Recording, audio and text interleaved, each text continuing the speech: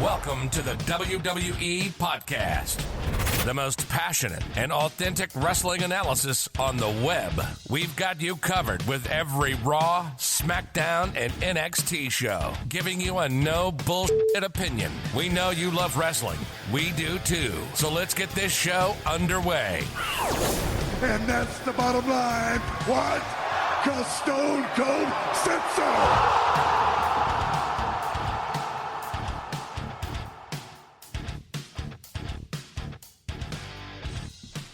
What is going on, guys? Welcome back to another edition of the SmackDown review here on the WWE Podcast. As always, I'm your host, Michael Ritter, and today we are going to be reviewing and talking about the SmackDown that aired on October 23rd, 2020, the go-home episode of SmackDown, as we get ready for the Hell in a Cell pay-per-view that will take place this Sunday. But before we do that, guys, I want to thank you again for tuning in and for listening to the SmackDown review. It means a lot to me. I really appreciate it. I really enjoy doing this for you guys, so I hope that you guys are enjoying it as well. I also hope that you guys had a good week. I know I did. I actually just celebrated a birthday on Thursday, so that's always fun, as you guys know, and I'm a big fan of Halloween, so having my birthday be this close to Halloween is basically like a 2-for-1. It's just always a really good couple weeks for me, and just the time of the year in general. I mean, autumn, fall, I'm a big fan of that. Not a big fan of the cold weather, so when winter really starts to kick in is when I lose interest in this time of year. But the trio of October, November, December, I am on record for saying that is the best trio of months in the entire year. Just with the sports that are going on, you got Thanksgiving for those who celebrate that, and the holidays after that. Just a lot of reasons to love this time of year. But before we get off topic too much, I want to talk about real quick a few things, or not really a few things, just I told you guys I was going to pay attention to see if any SmackDown superstars made an appearance on Raw, and as a lot of people noticed from what I've heard, is obviously Otis made an appearance on Raw, teaming up with Tucker as the masked Gordo, whatever you want to call him. I really didn't catch it, but I mean, I'm not gonna say too much about it. I'm sure you guys have already heard what everyone else has said. I know Matt's already addressed it himself, and a couple people that have called in on the voicemails, but I mean, pretty much I agree. I mean, they couldn't even go one night, the first night of the season premiere of Raw, without having to reach over and grab a superstar from the other brands. Like I said on last week's show, though, them being in Orlando, all the superstars being there, I mean, they can't help themselves. So, I mean, I guess I don't know what else we should expect, but I will say, as far as tonight's episode goes, there were no Raw superstars actually in the Amway Center at Friday Night SmackDown. The only appearances that were there, or that were made by Raw superstars, were Miz and Morrison for the Law and Otis, which no way we'll get to that whenever we cover SmackDown. But so we can be at least a little bit happy that SmackDown didn't use any of the Raw guys. Hopefully they keep that up. Raw being 3 hours, I'm not sure if that even has anything to do with it. I mean, they'll do it no matter what. But hopefully they can start to show a little bit of self-control and stick to their own rules. Because with everybody, I mean, I noticed that the fans are starting to be a lot more vocal about the whole brand split being not taken seriously. I know that all the hosts on this show, I've heard Matt say it, Anthony DeMarco said it. I mean, everybody knows that the right way to do this brand split is to keep your superstars separate. But I'm not going to get back into that, guys. We've already covered it. So we will do that. But one thing I wanted to comment on for NXT, I'm not, because I know that there wasn't an NXT review this week, so I'm not sure who all, or if any of you guys got to see it, but basically, The only thing I really want to comment on is the main event, or with the NXT Tag Team Championships. For those that don't know, I actually am a big Pat McAfee fan. I listen to his podcasts. I follow him on Twitter. I know that he is not for everybody. He'll be the first person to tell you that he knows that people, or most people, can only tolerate him in small doses, or I know I just probably butchered that word, small doses, but him making an appearance, guys, he's actually a pretty big wrestling fan. I know he respects the business, and he's just a really funny guy. So if you don't know Pat McAfee, I would recommend at least looking into him. And if you do and you decide that you don't like him, then you will probably hate the stuff that's going on NXT, because he actually helped Oney Larkin and Danny Burch take the NXT Tag Team Championships. But that's NXT, that's not SmackDown. I just wanted to kind of give a quick shout out to Pat McAfee. I love seeing him merge over here with the WWE, because it's like two worlds colliding for me, because like I said, I really love the Pat McAfee show. I love WWE, so whenever they collide, I think that's awesome. But anyway, guys, we will now get to what you guys are here for, and that is Friday Night SmackDown. And SmackDown started tonight and the guest on the Kevin Owens show is none other than Daniel Bryan, who comes to the ring wearing his street clothes. And I don't know if it's just me, guys, but I've kind of noticed that Daniel Bryan, in the couple times that he's actually gotten some mic time since he's been drafted to SmackDown, he's kind of given off the general manager vibe, or at least to me. Just kind of, with the way he talks about like the SmackDown roster, it's just kind of really reminiscent to whenever him and Shane McMahon were the co-general managers, or however they had that going on with SmackDown Live. And he even does things like in this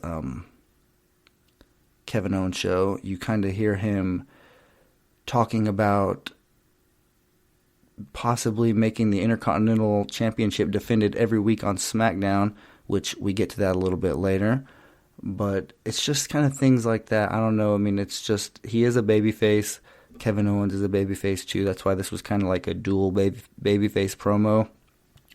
So I don't know. He's obviously wrestling. He has a match right after this.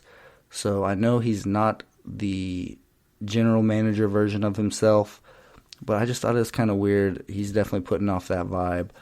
But anyway, whenever the Kevin Owens show starts, they're kind of, like I said, it was a dual babyface promo, so they're both just complimenting each other. They both hint about the excitement of possibly working together in the ring. Kevin actually suggests that the two of them form a tag team, which is kind of funny. Daniel Bryan actually takes a little shot by acknowledging how many times Kevin Owens has turned on people, like Sami Zayn, Chris Jericho, you name it. And I guess it was just kind of funny. Kevin Owens just tried to skip over it and act like he didn't even say it, but he did acknowledge it.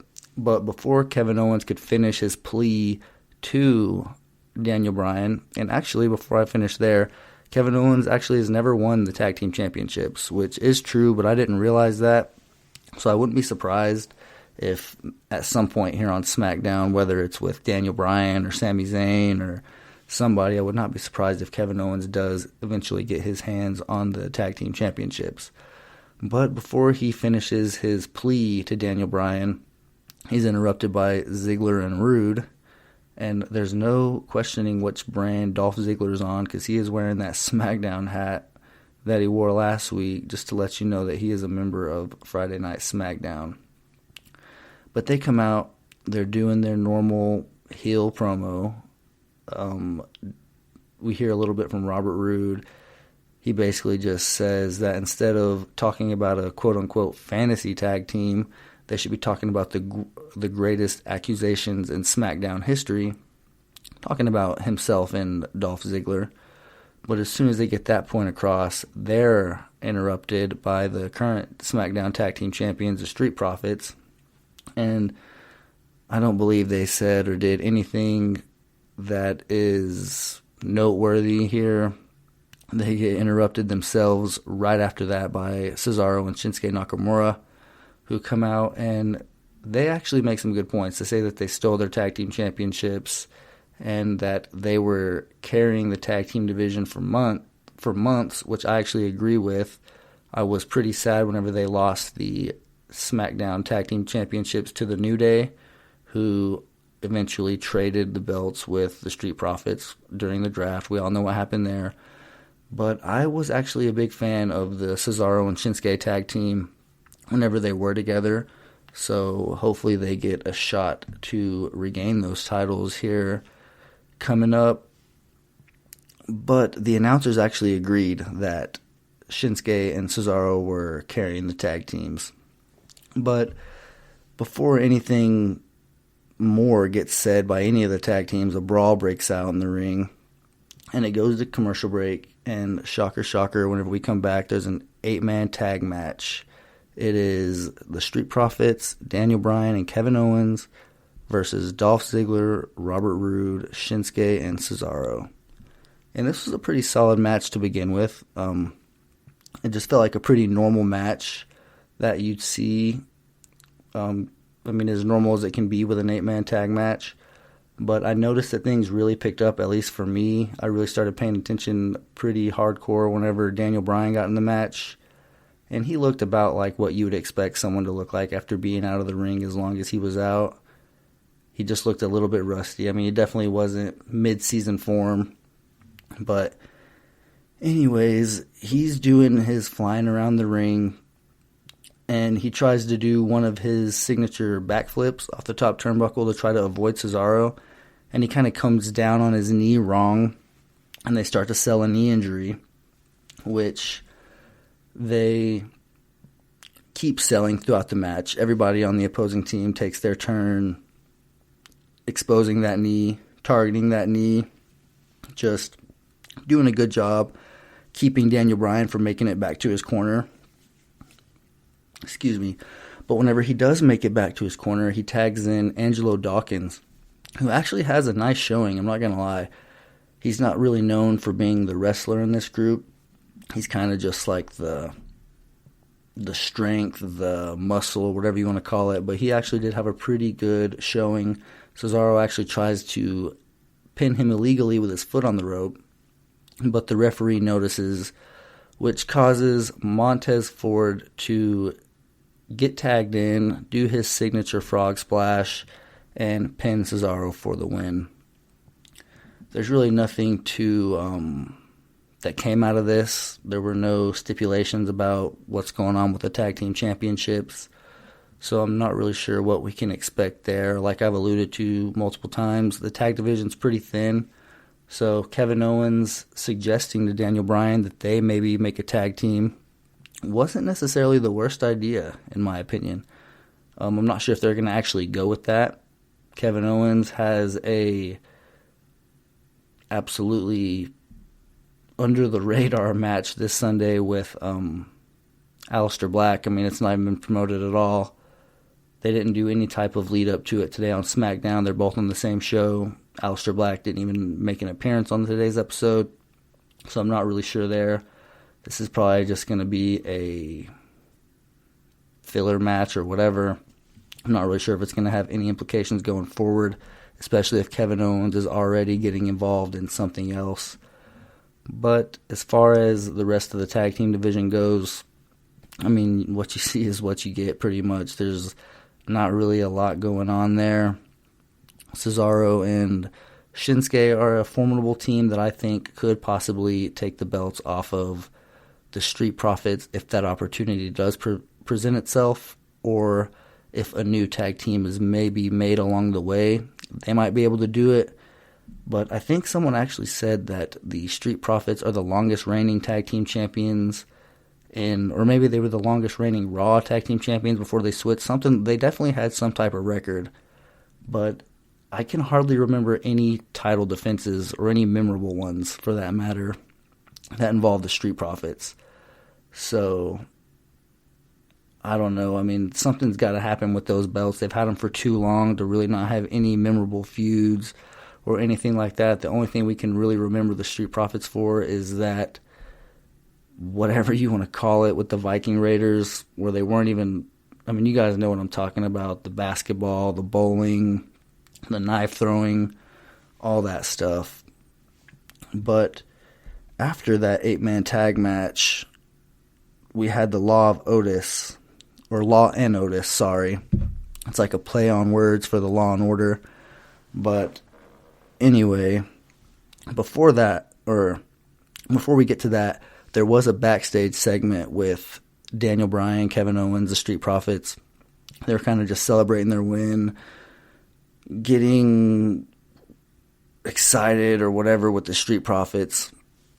But after everybody leaves, except for Daniel Bryan, he's approached by Sami Zayn.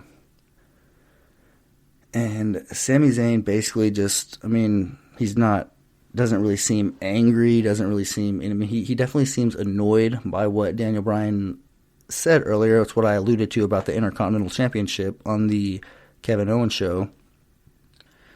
But he just has this kind of calm demeanor about him where he just says that he doesn't appreciate him offering the Intercontinental title be defended every week, and that any future suggestions that he has about his championship should be kept to himself.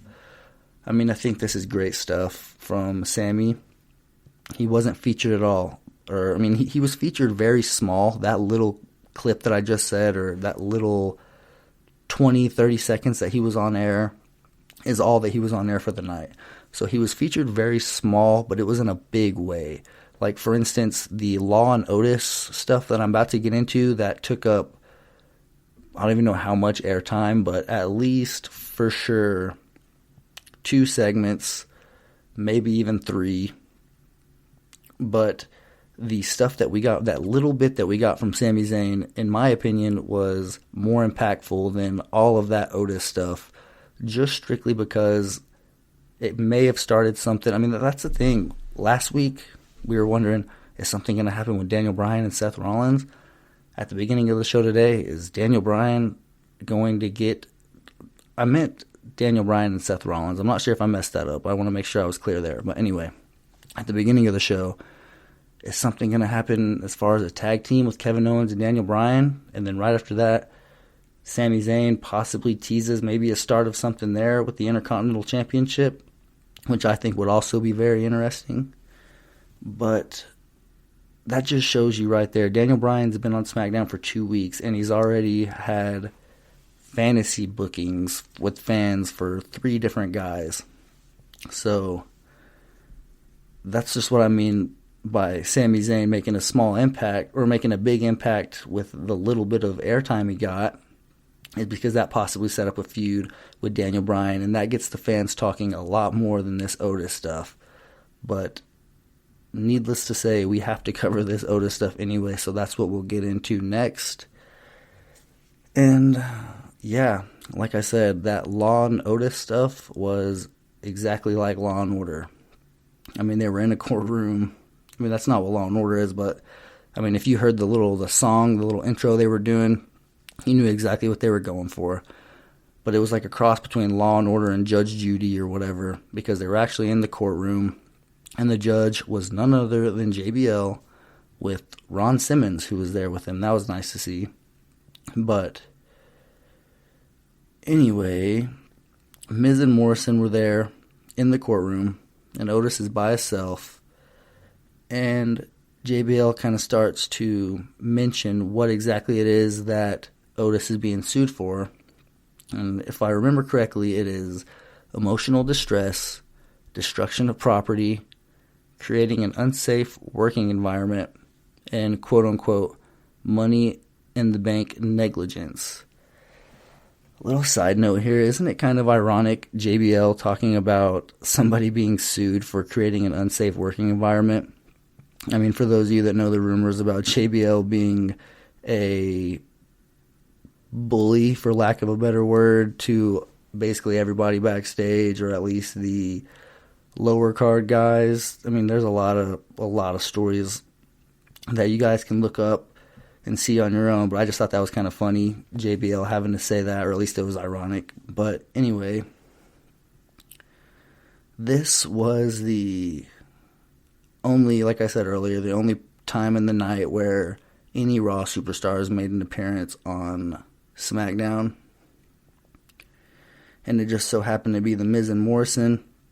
And in this courtroom, Miz kind of goes on about how Otis doesn't deserve the Money in the Bank briefcase. Miz thinks that because he's a previous Money in the Bank briefcase holder that he should get it.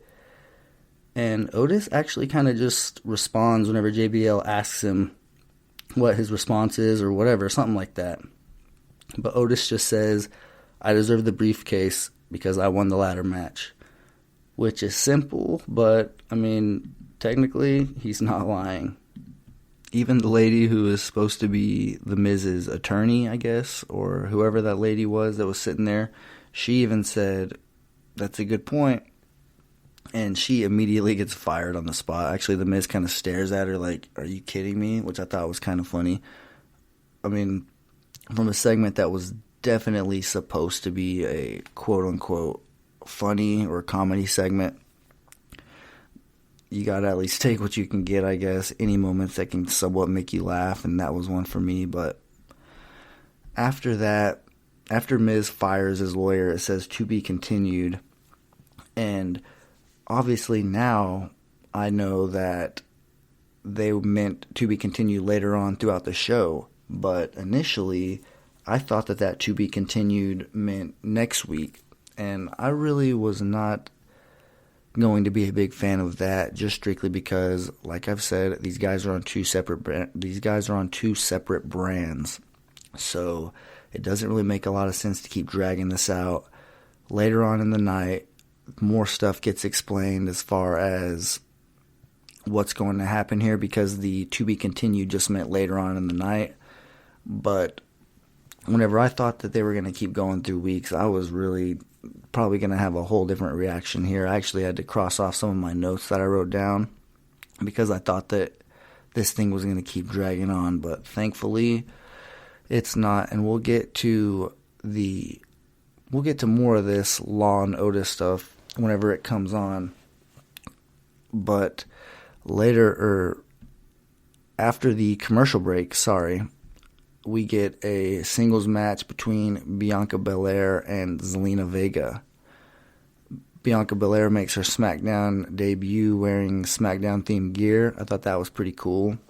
And for those of you that remember, this actually isn't the first time that these two women's paths have crossed. They had that thing on Raw a couple months ago where the Street Profits were accusing Zelina Vega of poisoning Montez Ford, and you guys all know what happened there, but they didn't bring that up at all here. I mean, it's basically as if that never happened.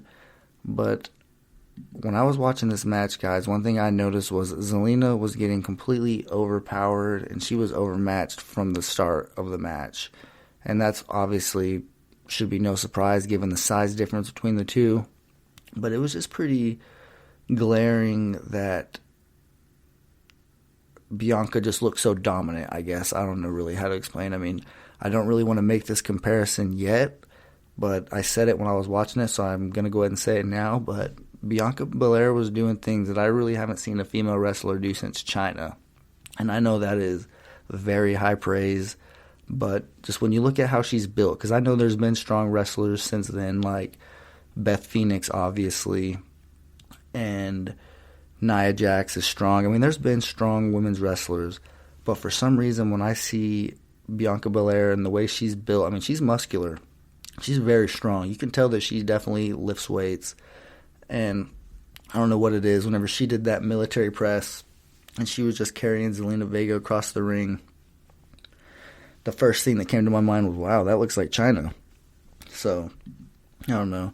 Definitely mean that as a compliment, of course. But that just shows a lot of how I feel about Bianca Belair. I have no doubt that at some point, probably sooner rather than later, she is going to be the SmackDown Women's Champion.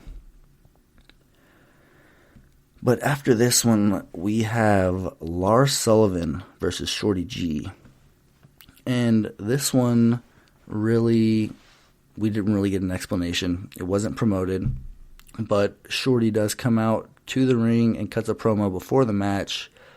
And he kind of lets us know why. I mean, he says that he's tired of being disrespected, so he called out Lars to prove that he belongs here. So they let us know how the match became a thing. Apparently, Shorty G is the one who challenged him, which is kind of surprising considering how the match actually went. Last week, I was talking about how Jeff Hardy actually made the match surprisingly competitive against Lars Sullivan. This was not the case this week. Shorty G was dominated from basically the start of the match to the end, which it wasn't a long match, but it took an eye gouge for Shorty to get any type of offense in at all, and that didn't even last long because Lars picks up the win in less than 5 minutes. And this is kind of the Lars Sullivan I was expecting, just dominating people. But there might have actually been more to it than Lars Sullivan, because after the match, Shorty G's kind of laying there on the bottom rope, just, looking lifeless, like he just got the crap beat out of him. And Caleb Braxton walks over to him and kind of just asks him how he feels after the match, which I thought was kind of weird. They usually don't do that immediately after the match unless it's for something, and that was the case here, because whenever she asks how he feels, he responds with, "I quit." Kind of similar to what Austin Theory did this past week on NXT, except he doesn't drive off. They kind of just let the suspense build as if he just quit the WWE or whatever, Friday Night SmackDown, however they were going to go about that. But before the suspense builds too much, they show Shorty G in the back training area. Looks like he's kind of dealing with a little injury. But Adam Pearce approaches him and basically just says, "Hey, did I hear what I thought I heard? Did you just quit?" And Shorty responds with, "I did quit," being Shorty G. And right then, you kind of knew exactly what was happening, which I actually like. I don't really know anybody who was a fan of the whole Shorty G thing, and Chad Gable actually buries it right here, says that he's tired of being disrespected, sorry. He basically says that he is tired of being a punching bag. He's tired of making people think that they can achieve what they want because they can't. He says that only one man can achieve anything he wants, and his name is Chad Gable. I wasn't really sure if this was a heel turn here or if it was just a edgy babyface, because there really wasn't. I mean, he has every reason in the world to feel the way he does. I want to start by saying that. I have thought that this was a joke. I was a fan of Chad Gable. If WWE wasn't so quick to just split up tag teams, imagine what American Alpha would be right now with Chad Gable and Jason Jordan. I mean, that's just one of the tag teams that they've just completely mishandled. And now look. But anyways, I'm a big fan. If they're really serious, I mean, and it appears that they are about being done with the Shorty G thing, it's better late than never, in my opinion. Definitely should have been done a long time ago, but I'm glad that they are doing it now. And hopefully he can go back to building some respect, because like multiple people have said, they're really just overdoing it with the whole him being short thing. He's definitely not the shortest guy on the roster. And I just think it's kind of weird. Before he got his haircut, whenever he still had his long hair, he never appeared to me, that he was that short. It never just seemed like jumped out that, dang, Chad Gable's short, until he got his haircut. And I think that maybe other people noticed that too, and that might have been the worst thing that he could have ever done, because that's whenever his career took a turn for the worst. Hopefully it's getting back on track here whenever he can get some credibility to his character and go forward as Chad Gable. Moving on here to the SmackDown Women's Championship feud between Bayley and Sasha Banks.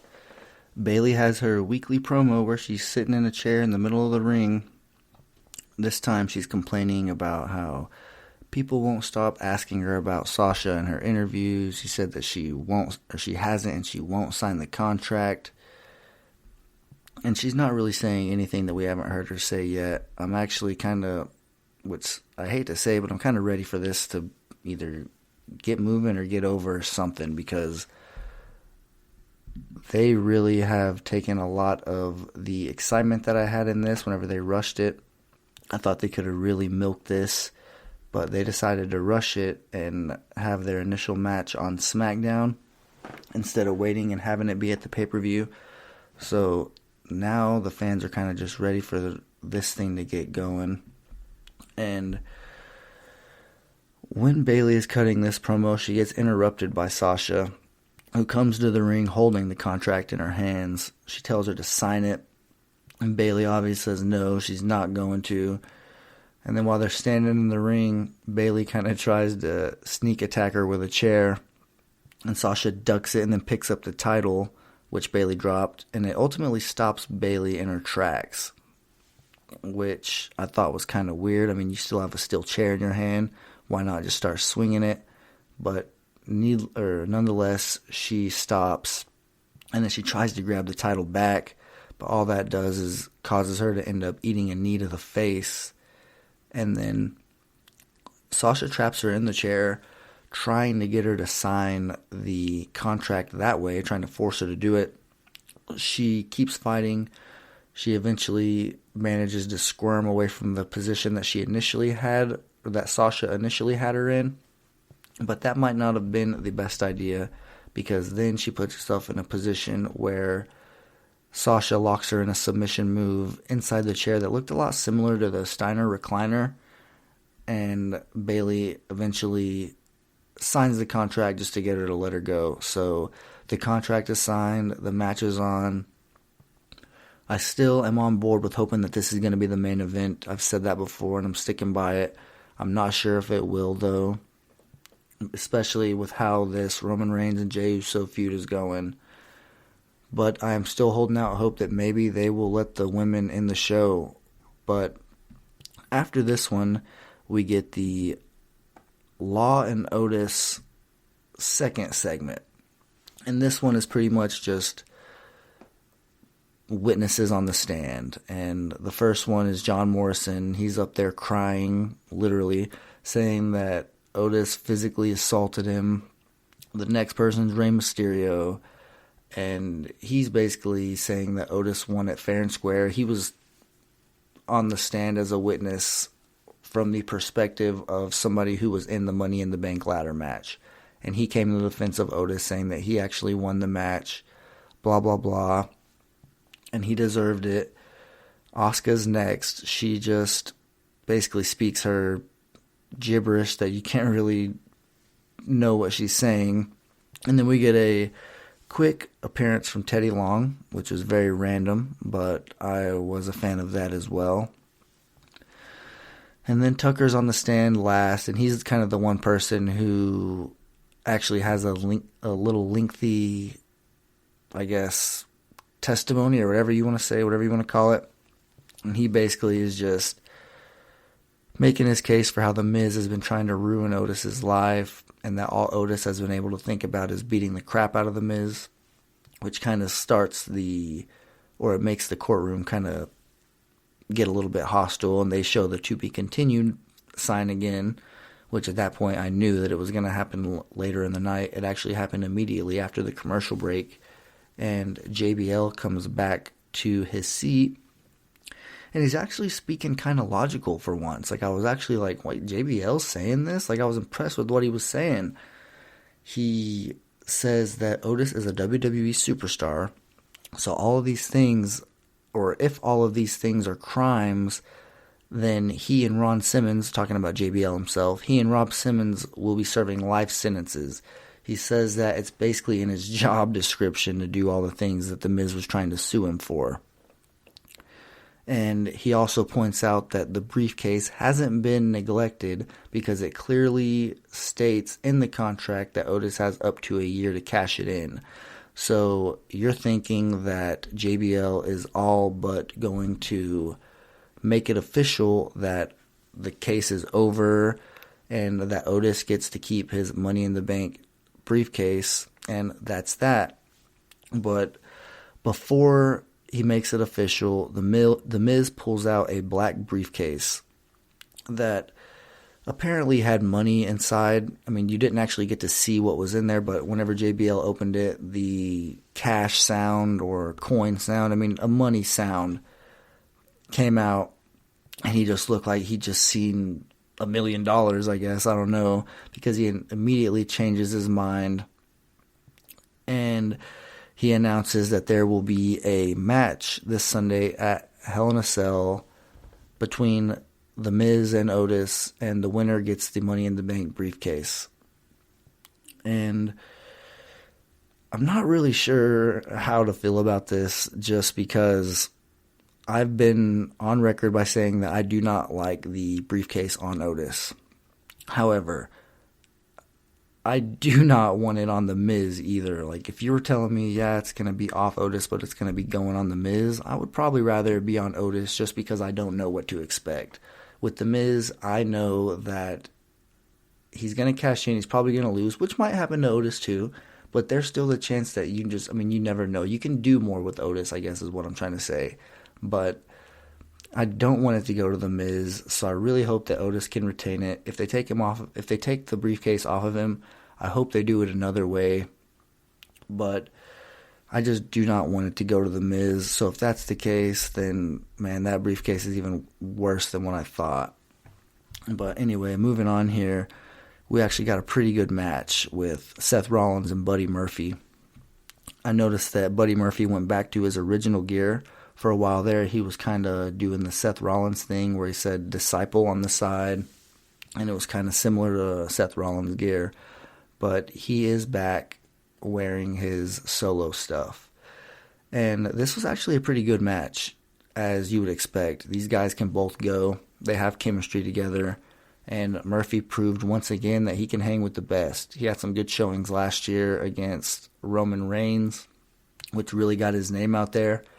This was no different. Him and Seth Rollins did a pretty good job. But this whole segment, I mean, this whole program is weird, just with the Mysterios and stuff, because during the match they show Aaliyah watching backstage, and she's just watching the match, obviously. And then Ray and Dominic walk up, and they're like, Aaliyah, what are you doing watching this? Like, stop. And she's just saying, no, I'm watching Buddy Murphy. And basically, they're trying to pull her away, and she doesn't want to. She says she can do whatever she wants. So they clearly don't want her to watch it, but they cut away. But eventually they go back to the backstage view, and you could see that she's still there watching it, and Ray and Dominic are standing there right beside her watching it too. So it's kind of weird that they were trying so hard to get her to stop watching, and then they would immediately just stand there. It's like they just gave up and like, well, if you're not going to leave, then we're going to stand here too. I don't know. I mean, this whole thing was pretty funny to me, and I know it wasn't meant to be funny, so it's not necessarily a good thing. But the match rolls on. Seth Rollins eventually wins, as expected. And after the match, he pulls out a kendo stick from under the ring. And once again, it shows the backstage camera angle where Aaliyah is basically begging Ray and Dominic to go help him, saying, please go help him, please go help him. They say no.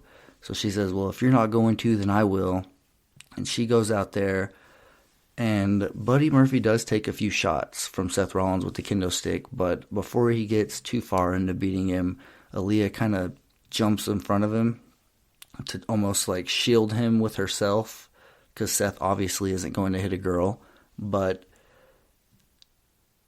he kind of slithers out of the ring, or at least for a little bit. He doesn't go completely out of the picture, but Dominic runs out to basically tell Aaliyah, what are you doing? This isn't our business. Stay out of this. And he turns his back, and of course Seth Rollins jumps in the ring and hits Dominic from behind and starts beating him up, which causes Rey Mysterio's music to hit, and he runs out, of course.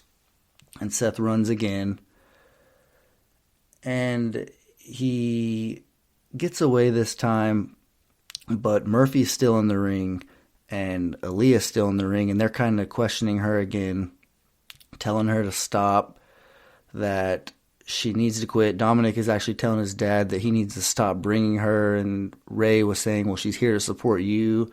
And while them two are going back and forth, she walks over and she starts to comfort Buddy Murphy. He's getting up. He actually took a pretty big beating, not with the kendo sticks, just from Seth Rollins. I mean, this was a physical match.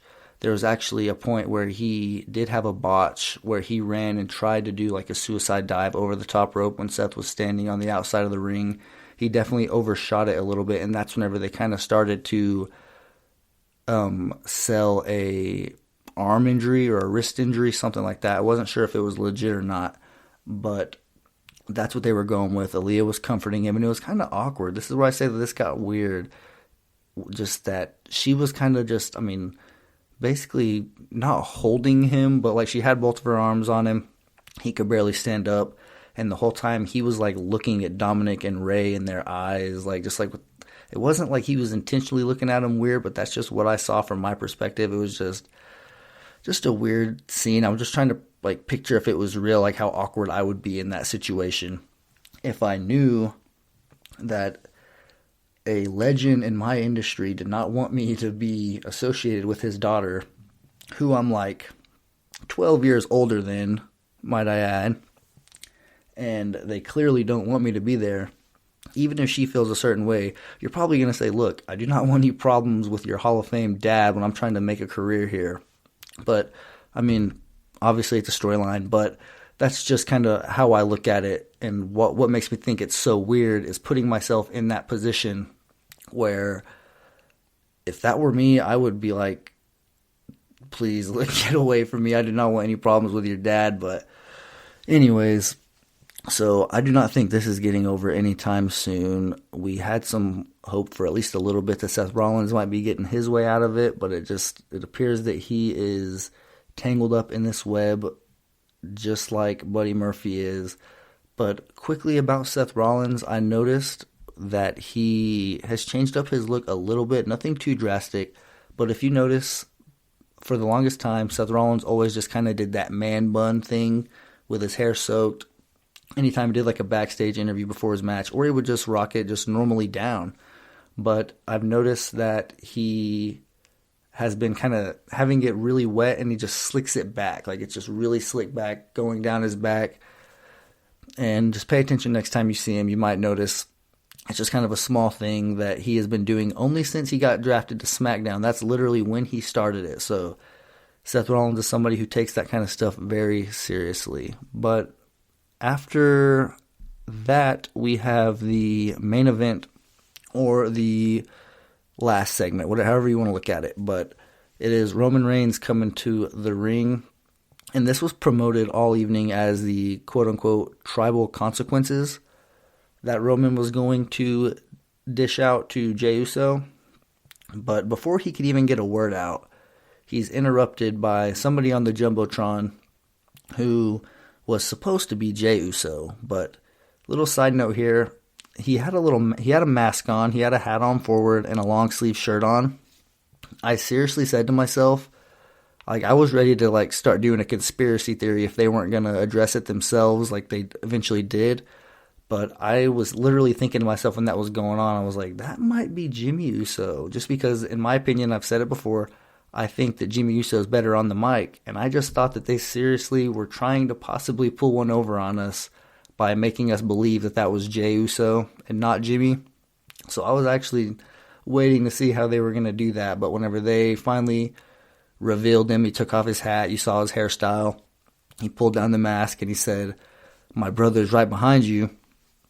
And Roman Reigns turns around, gets attacked by Jey Uso.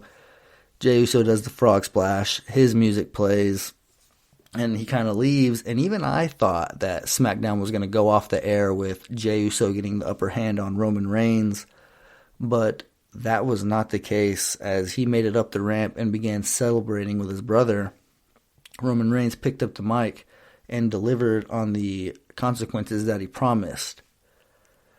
He told Jey Uso that if Jey wins, that he, as in Roman, is not who he says he is in the WWE. He's not who he says he is in their family.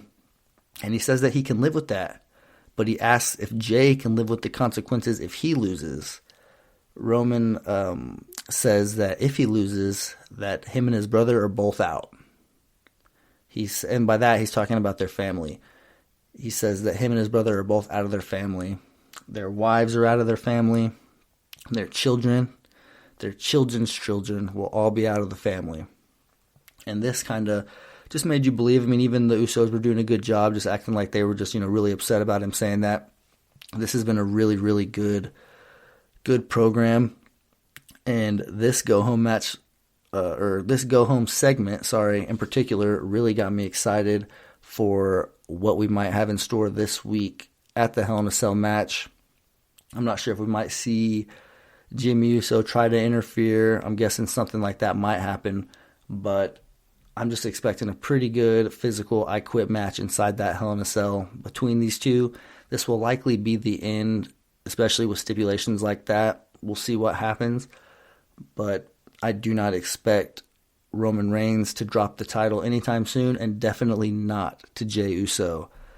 But I kind of led into it right there, guys. That's the end of SmackDown. But before we close it up here, I want to get off my quick Hell in a Cell predictions. Matt obviously has a show that will be coming out this weekend before the pay-per-view with the official Hell in a Cell predictions, just the prediction show. I'm just going to get mine off quickly here. The Universal Championship match I just mentioned, I already tipped my hand there and said that Roman Reigns is who I think is going to win that. The WWE Championship match. This is a hard one right here, I'm not going to lie. But I am going to put my name behind Randy Orton. I think that he does take the title from Drew here and gets himself a nice run with that WWE Championship leading into the beginning of 2021, Royal Rumble season, WrestleMania season. Edge should be getting, not close, but around that time, he should be getting close to getting to return, and that is what everybody wants to see. So we'll see if Randy can get the job done this week. But after that, we have the SmackDown Women's Championship, which is also going to be in a Hell in a Cell match, and I think Bayley is going to win that one. I don't think that Sasha is going to win it yet. She might. This one's actually pretty tough too. I want to say that Sasha is going to win it at possibly Survivor Series, maybe at the pay-per-view after that, which I think is TLC. I'm not exactly sure, but I do think that they are going to keep rolling with Bayley here, but I would not be surprised if Sasha won, but Bayley is my official pick. After that, we have Elias and Jeff Hardy. I'm going to go with Elias here. I feel like him just coming back from injury, Jeff Hardy kind of bouncing around from feud to feud, different opponent to different opponent. I think Elias is kind of the guy who has a little bit more of his feet on the ground with what he's doing. I'm not sure about that concert that happened on Monday night. That was kind of weird, but I do think Elias is going to get the win here against Jeff Hardy. And The Miz versus Otis for the Money in the Bank. I'm picking Otis strictly to speak it into existence that The Miz does not end up with this briefcase. I would much rather it stay on Otis and have him lose to whoever he cashes it in on than have to hear Miz and Morrison go off and on about what they're going to do with the briefcase or whatever. But after that, we have Buddy Murphy and Seth Rollins. I definitely think Seth is going to win this. I'm not a big fan of giving matches on Friday that we're going to see on Sunday. Why not just save it for the pay-per-view? But I do not think that there's any way that Seth Rollins is going to lose to Buddy Murphy at a pay-per-view. This could be something with the Mysterios. They could have a little their hand in this. Maybe the feud or that program ends at Hell in a Cell, but I am not sure. And the Kevin Owens versus Aleister Black match, I think that all signs point to Kevin Owens. He's being utilized a lot more than Aleister Black, who is barely being used at all. I don't think it makes a lot of sense to give Kevin Owens the loss here whenever he is somebody who you're using and you're building up a lot more. But this could be the moment that Aleister Black uses to get that push started, or whatever you want to call it. But that is all I got for you this week, guys. I really appreciate you guys listening to me. Like I've said before, this is something I look forward to doing every week. I appreciate Matt for giving me this opportunity. I'm definitely looking forward to listening to his prediction show also to see what his thoughts are. I'm pretty sure he said he was joined by his co-host Ashley Mann. She's one of my favorites as well. I'm a big fan of her. Anthony DeMarco. There's a lot of good hosts on this, guys. So if you haven't already checked out the WWE rivalries hosted by Anthony DeMarco, that is a must listen every week. He does a great job with those rivalries. And anytime Ashley gets on, you already know it's going to be a good show. She really knows her stuff. But as far as I go, guys, I will talk to you guys next week.